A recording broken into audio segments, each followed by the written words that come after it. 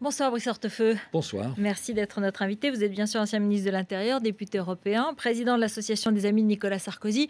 Et on peut le dire, vous avez été un peu un des casques bleus de tout ce feuilleton, de tout ce psychodrame UMP. Vous avez parlé un peu à tout le monde pendant ces derniers jours. Je fais partie, mais je ne suis pas le seul naturellement, des militants de l'unité, des militants pour l'union. Et on en trouve auprès des uns et des autres. Voilà, et vous avez parlé aux deux protagonistes qui, depuis quelques jours, s'entendent apparemment beaucoup mieux que ce qu'on aurait pu croire. On va y revenir.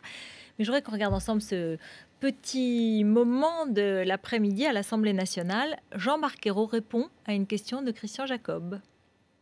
Pouvez-vous, oui ou non, démentir immédiatement cette information?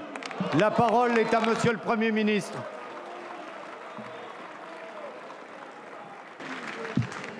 Merci, Monsieur le Président. Mesdames, Messieurs les députés, Monsieur le Président du groupe UMP, c'est bien ça, oui, je ne me suis pas trompé. Allez. Voilà, Jean-Marc Ayrault qui fait de l'humour parce qu'il y a deux groupes maintenant, UMP et RUMP à l'Assemblée nationale. Oui, l'humour de Jean-Marc Ayrault, qui est un peu facile, très honnêtement, et puis peut-être qu'il pourrait aussi balayer devant sa porte parce qu'il doit avoir des souvenirs pas si lointains. Mais cela rappelle effectivement la nécessité de l'unité, ça rappelle la nécessité de mettre fin au spectacle de la division, cela rappelle l'absolu impératif d'offrir une image de l'opposition qui soit une image de l'opposition que l'on veut, que l'on souhaite. C'est une catastrophe ces deux groupes, c'est une catastrophe, c'est une faute morale à dire Guénaud, c'est ça? Ça signifie, et cela rappelle que nous devons bâtir une opposition qui soit crédible, qui soit offensive, qui soit déterminée, qui soit utile. Parce que dans une démocratie, il faut qu'il y ait une majorité, mais il faut aussi qu'il y ait une opposition. Et il est donc utile que nous ayons une opposition. Et là, il y en a deux, c'est pas mal. Force est de reconnaître que depuis quelques jours, nous ne donnons pas cette image, puisque, comme certains l'ont rappelé, comme d'ailleurs Luc Châtel l'a souligné à juste titre, en quelques jours, il y a 14 textes qui sont passés, j'allais dire, sans coup férir. Et pourtant, il y avait des sujets très importants, le chômage, les questions migratoires, la question de Mittal, tout ça, ce sont des sujets qu'on a laissé passer. On va en parler, Brice Hortefeux. Ce soir, il y avait un ultimatum de Nicolas Sarkozy qui était posé. Il fallait que les deux hommes s'entendent, se rencontrent et s'entendent avant aujourd'hui. On a l'impression que la crise n'est pas finie, que donc ils ne se sont pas encore entendus. Est-ce que ça veut dire que l'ultimatum de Nicolas Sarkozy n'a pas été complètement efficace, n'a pas été assez entendu? Écoutez, je vous le dis d'ailleurs très simplement, mais en même temps très fortement, ce qui n'est pas incompatible. Ultimatum ou pas ultimatum, le souhait de Nicolas Sarkozy était la reprise du dialogue. Et ce souhait a été concrétisé. Il avait effectivement... il s'en était entretenu avec François Fillon, il s'en était entretenu avec Jean-François Copé. Il apprécie l'un et l'autre naturellement. François Fillon a été son premier ministre pendant 5 ans, c'est un témoignage de confiance. Jean-François Copé, il l'avait choisi comme secrétaire général de la formation principale qui soutenait l'action du gouvernement et du président de la République. Mais on a l'impression qu'il disait plutôt que Jean-François Copé avait du mal à se rendre compte de la réalité dans ce que dit le Figaro d'aujourd'hui. Il s'en est entretenu avec les deux et les a encouragés vivement dans le langage Sarkozy. Vous savez ce que cela veut dire. C'est-à-dire quoi? Très tonique, il leur a dit qu'il l'a fait de manière chaleureuse et amicale, mais en même temps très vive. Et donc ils ont encouragé. Quel mot a-t-il utilisé? Écoutez, je n'y étais pas, donc je ne le sais pas, mais en tout cas j'imagine. Mais on dit qu'il a dit qu'ils n'étaient pas dignes de diriger un parti qui serait disqualifié. C'est pas comme ça. Et il les a encouragés à reprendre le dialogue. Et j'observe que ce message a été à juste titre entendu, puisque Jean-François Copé et François Fillon se sont vus une fois, se sont vus une deuxième fois, se revoient une troisième fois. Et je suis sûr, naturellement, que plus ils se voient, plus les positions se rapprochent et plus il y aura une solution qui sera proposée. Parce que sinon, ça ne sert à rien. Vous êtes donc optimiste sur cette suite de rencontres. Vous avez le sentiment qu'on avance. Que vous ont-ils dit? Quel retour vous avez de ces rencontres? C'est pas une question d'optimisme. Vous savez, c'est très simple. Vous savez, vous connaissez la formule. Le pessimisme est une question de tempérament et l'optimisme une affaire de volonté. Et donc, je suis volontairement optimiste. Et d'ailleurs, nous sommes nombreux à être comme cela. Sur quoi vous fondez-vous? Est-ce qu'ils vous en ont parlé un petit peu? Est-ce que ça a pris entre les deux hommes après tant de violence entre eux deux? Maintenant, ils se parlent et ça se passe bien? Écoutez, j'ai entendu, comme vous, les commentaires des uns et des autres sur ce sujet, le fait qu'ils se voient alors qu'il y avait une tension. Mais là aussi, je trouve qu'on présente ça de manière trop immédiate. Il faut savoir pourquoi on en est là. On en est là tout simplement parce que l'UMP a été la grande famille politique française qui a décidé de pratiquer la démocratie. Et la démocratie, ça a beaucoup d'avantages et puis il y a quelques conséquences. Pas la première, c'est pas la première. À ce niveau-là, oui. Et ça a donné un résultat à 50-50. À 50-50. Et alors après, pour des raisons d'erreur administrative, personne d'ailleurs dit qu'il y a eu faute comme ça, pour des raisons administratives, on a oublié... Qu'il y a eu faute. François Fillon menace de porter plainte en justice. Sur cet aspect-là, je dis, les résultats, sur la base de ces résultats, on s'est aperçu qu'il y avait été oublié par la commission, qui est donc désormais célèbre, donc c'est inutile que je rappelle son sigle, mais il a été découvert que 3 bureaux avaient été oubliés, que de surcroît, ces 3 bureaux inversaient potentiellement le résultat. Aujourd'hui, on est là, situation très simple. Jean-François Copé est statutairement élu. Personne ne conteste qu'il soit statutairement élu. Mais bien évidemment, il y a un débat juridique et politique compte tenu de l'étroitesse du résultat. Donc Jean-François Copé fait un pas qui est un pas extrêmement important puisqu'il est statutairement élu en proposant de remettre en jeu son mandat. Et en même temps, simultanément, François Fillon fait lui-même un pas important, un pas essentiel, en disant... Le groupe que j'ai constitué, Rassemblement UMP, se sabordera en quelque sorte dès lors qu'il y aura un accord.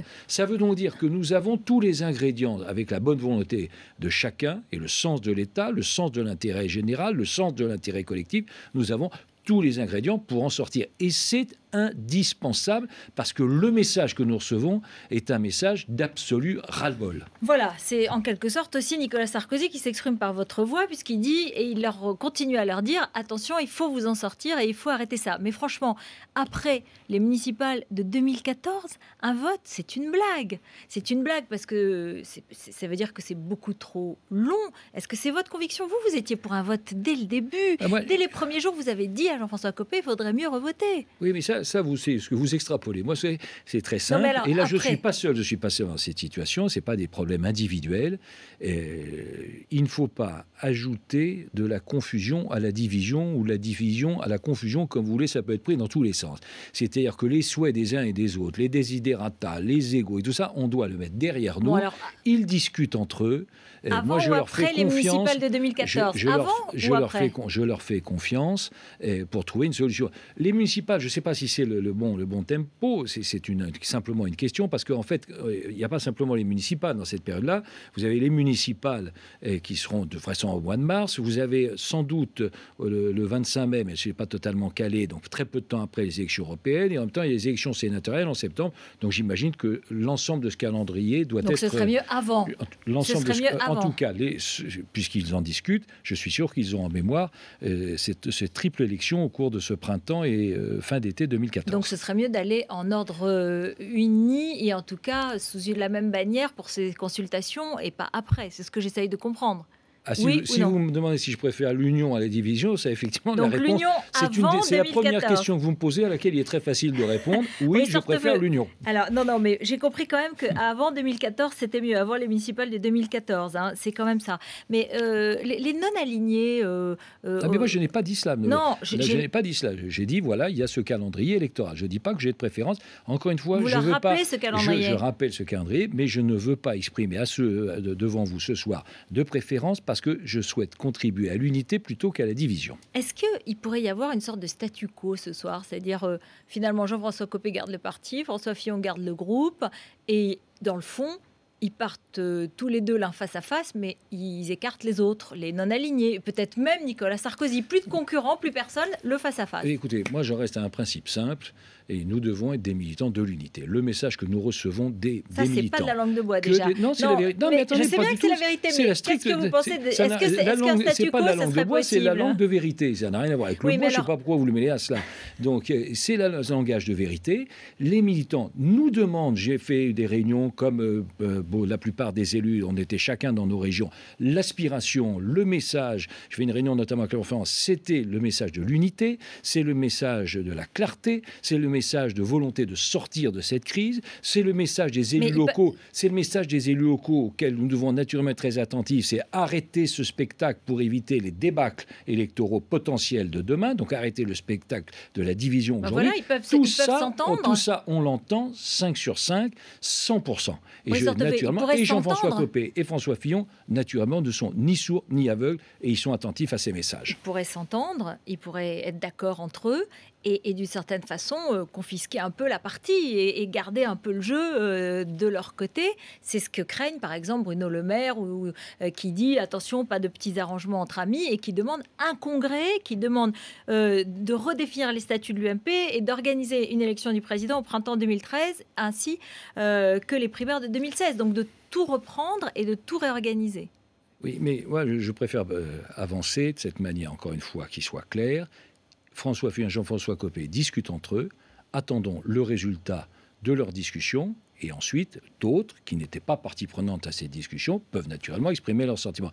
Mais attendons le résultat de ces discussions. Encore une fois, il ne s'agit pas d'être naïf, il ne s'agit pas d'être béat, et pour être clair, il ne s'agit pas non plus d'être benet.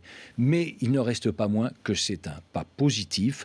Voilà deux personnalités importantes qui étaient toutes les deux en compétition pour diriger la première grande famille de l'opposition. Il n'y a rien de nouveau quand même.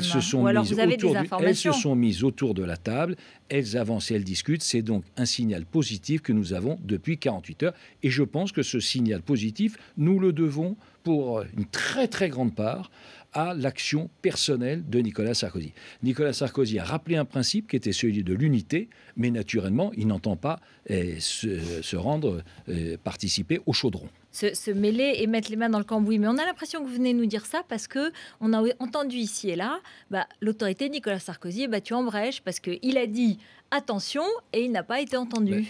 Alors ça prouve qu'ils doivent rebrancher leur sonotone parce que précisément, lui a dit qu'il fallait qu'il reprenne le dialogue et le dialogue a repris. C'est donc un signal très positif. Est-ce qu'il est favorable à un nouveau vote comme beaucoup de militants, comme beaucoup d'électeurs, comme beaucoup de sympathisants et même plus au référendum sur le vote apparemment. C'est un nouveau vote directement qui apparaît. Nicolas Sarkozy est favorable à tout ce qui construit l'unité et hostile à tout ce qui entraîne la division. Marine Le Pen relance aujourd'hui son rassemblement bleu marine et elle dit « Je suis la seule opposition ». Oui, et alors qu'est-ce que vous attendiez à ce qu'elle dise quoi? Donc vous vouliez qu'elle dise autre chose? Bon, écoutez, tout ceci n'est pas sérieux. La vérité, c'est qu'il y a aujourd'hui, une fois cet exercice lié à la vie démocratique de notre famille politique, une fois cet exercice dépassé, il existe en réalité dans notre pays une grande formation rassemblant la droite et le centre, ce qui était la vocation de l'UMP, qui doit effectivement assurer sa mission. Et l'UMP, c'est une chance d'ailleurs, on a des talents multiples, des compétences très diverses. Elle a gagné de l'influence pendant cette bataille, tout comme l'UDI de Jean-Louis Borloo sans doute. Écoutez, moi je n'observe pas cela, en tout cas sur le terrain, en tout cas pas dans ma région. Je dis simplement, oui, il faut que nous sortions de la crise, parce que pour qu'il y ait une formation d'alternance et pour qu'il y ait des perspectives d'alternance, cela passe naturellement par l'UMP. Nicolas Sarkozy n'interviendra quels que soient les désirata plus du tout. des uns et des autres, c'est comme ça que ça se passe. Nicolas Sarkozy n'interviendra pas du tout, je n'en sais rien. Il a dit ce qu'il avait à dire à titre personnel à chacun des deux candidats. Si ce soir, par exemple, ça reste bloqué, si ce soir, il n'y a rien de nouveau qui apparaît, ça veut dire qu'il reste deux groupes à l'Assemblée, ça veut dire qu'il n'aura pas été entendu. On verra puisqu'ils discutent. On peut pas aboutir, je ne peux pas vous indiquer des conclusions d'une discussion à laquelle je ne participe pas et qui est une discussion qui, de surcroît, n'est pas finie. Comment prend-il... Donc, encore une fois, non, mais je comprends bien ce que vous dites, mais je pense qu'il y a, depuis 48 heures, des signaux positifs. Comment prend-il les appels des députés socialistes qui voudraient qu'il se retire du Conseil constitutionnel parce qu'il intervient dans la vie politique de son parti? Écoutez, ceux qui disent cela sans doute ne connaissent pas les textes ou alors ont une vision un peu politicienne et partiale. Et vous savez, le fonctionnement du Conseil constitutionnel, le statut, l'expression et autres, c'est un ensemble qui est déterminé par un décret, qui est le décret du 13 novembre 1959, et je les encourage à lire l'article 2. Comme ça leur fera passer une bonne soirée. Un mot sur l'affaire Mera, à l'ancien ministre de l'Intérieur que vous êtes, 2 personnes interpellées. On a l'impression quand même que la thèse du loup solitaire évoquée un temps par Bernard Squarcini, l'ancien patron de la DCRI, a fait long feu. Apparemment, c'était beaucoup plus complexe. Bon, c'est un sujet extraordinairement sensible, extraordinairement difficile, sur lequel il faut se garder de s'avancer. Il y a une enquête qui progresse. Laissons-la, j'allais dire, prospérer pour que la vérité apparaisse. Maintenant, vous savez, moi je ne jetterai pas d'huile sur le feu. Le combat contre le terrorisme, c'est un combat de tous les instants, c'est un combat permanent, c'est un combat évolutif. On est passé de réseaux qui étaient organisés à des situations isolées, individuelles. La distinction entre les deux est très difficile à faire pour les services de renseignement. Donc moi, au contraire, j'encourage les services de renseignement à poursuivre dans l'action qu'ils mènent au service de la protection de tous nos concitoyens. Merci beaucoup Brice Hortefeux d'être venu sur le plateau de BFM TV. Restez avec nous dans un instant. C'est le journal de Rachid Embarki et puis notre débat entre le socialiste Olivier Faure et l'UMP Guillaume Pelletier, bien sûr.